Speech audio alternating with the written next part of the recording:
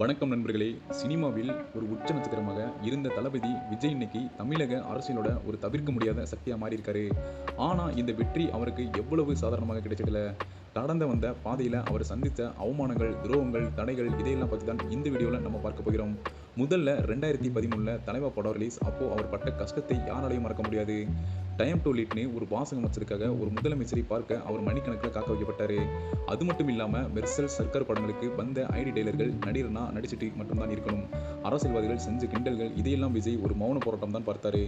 ஆனா அந்த மௌனத்துக்கு பின்னாடி ஒரு மிகப்பெரிய புயல் இருக்குன்னு அவங்க யாரும் எதிர்பார்க்கல. 2025ல மதுரையில் நடந்த அந்த பிரம்மாண்டமான மாநாடு தான் முதல் அதிரடி. திராவிட கட்சிகளுக்கு சவால் விட்டு விசில் சின்னத்தை கையில் எடுத்தார். 2026 தேர்தலில் 234 தொகுதிகளையும் குறிவச்சு அவர் இறங்கினப்போ எல்லாரும் சிரிச்சாங்க. ஆனா இன்னைக்கு தேர்தல் முடிவுகளில் என்ன சொல்லுது? 100க்கும் மேற்பட்ட தொகுதிகளில் முன்னிலை வசிக்க ஆளுங்கட்சியே ஆட்டம் காண வச்சிருக்காரு நம்ம தளபதி. விஜய் அரசியலுக்கு வந்த ஏதோ ஒரு ஆசையில இல்ல. அவர் பட்ட காயங்கள், மக்கள் மேல அவருக்கு இருக்கிற அக்கறையும் தான் காரணம். சினிமாவையே கதின்னு இல்லாம மக்களுக்காக ஆர்டிபிஷியல் இன்டெலிஜென்ஸ் அமைச்சகம், கல்வி உதவித்தொகைன்னு அவர் கொடுத்த வாக்குறுதிகள் இன்னைக்கு இளைஞர்களை அவர் பக்கம் இழுத்திருக்காரு. ஸோ நண்பர்களே, விஜயோட இந்த அரசியல் எழுச்சியை நீங்க எப்படி பார்க்குறீங்க? இது தமிழ்நாட்டில் ஒரு மாற்றத்தை ஏற்படுத்துமா? உங்க கருத்தை கீழே கமெண்ட்ல பண்ணுங்க. மறக்காம